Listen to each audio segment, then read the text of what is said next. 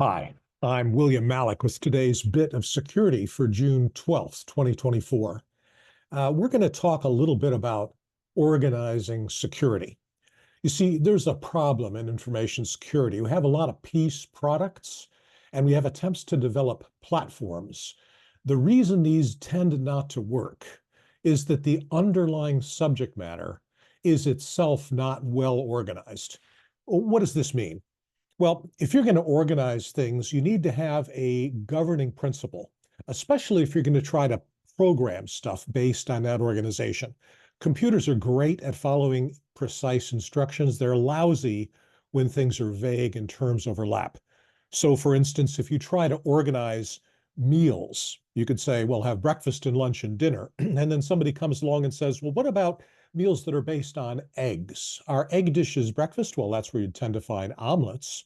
Or are they desserts in that souffles? I mean, what do you do when there's a element which is orthogonal to your organizing structure?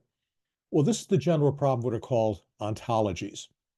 What we have in information security is a sort of a folkology. We've sort of come up with things and put them in whatever order seemed somewhat logical, and we never drill down too far on it.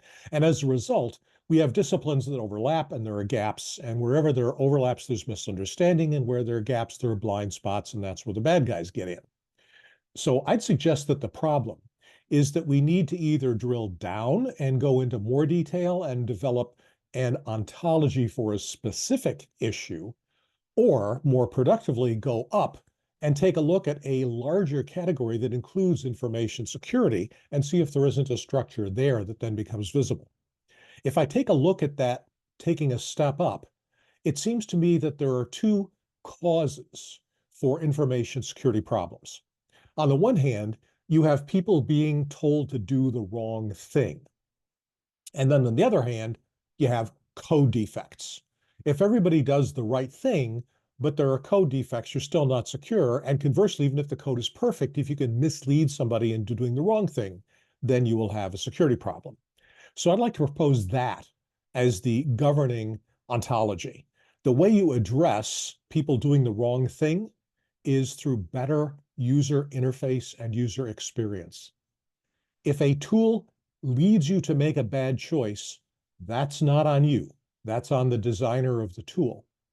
Now, how do you fix bad code? Well, you got to use cyber-informed engineering. You got to use techniques, disciplines like clean room software. So you get rid of almost all the bugs, and you make the user interface more user-friendly and less user-hostile.